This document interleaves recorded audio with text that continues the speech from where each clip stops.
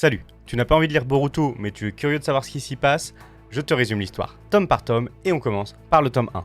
C'est dans le chapitre final de Naruto, le 700, dans le tome 72, que Boruto est présenté.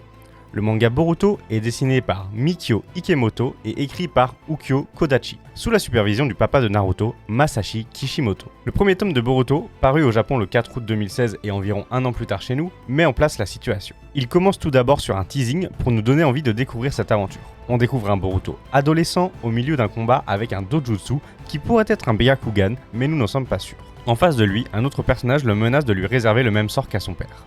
Et là on se dit, non, ils ne vont pas oser, on veut savoir si Naruto va mourir. L'histoire se poursuit au présent. On découvre Boruto qui est donc le fils du 7ème Hokage, Naruto Uzumaki, et d'Hinata Hyuga. Il a une petite sœur du nom d'Imawari, et ses principaux amis sont ses coéquipiers à l'école des ninjas, Sarada Uchiwa et Mitsuki, le fils d'Orochimaru. Dans ce premier tome, on se concentre surtout sur l'absence de Naruto comme père pour Boruto. Ce dernier préfère envoyer des clones à sa place, comme lors de l'anniversaire d'Imawari. On sent un Naruto débordé, qui n'a pas de temps à consacrer à sa famille. On retrouve bien sûr de nombreux visages du manga original, notamment Shikamaru, Sakura ou encore Konohamaru. On découvre aussi dans ce tome la présence des outils scientifiques ninja, dont le responsable est le personnage de Kasasuke. Ces outils doivent aider les shinobi, notamment en leur permettant d'utiliser des techniques qu'ils ne maîtrisent pas forcément. Sarada, la fille de Sasuke, souhaite devenir Hokage, alors que Boruto, blasé par l'attitude de son père, ne sait même pas s'il veut devenir un shinobi. Finalement, c'est lorsqu'il croise Sasuke et se prend d'admiration pour lui que Boruto réveille son instinct de ninja. Il va alors demander au célèbre Uchiwa de devenir son mentor, et contre toute attente, ce dernier va accepter.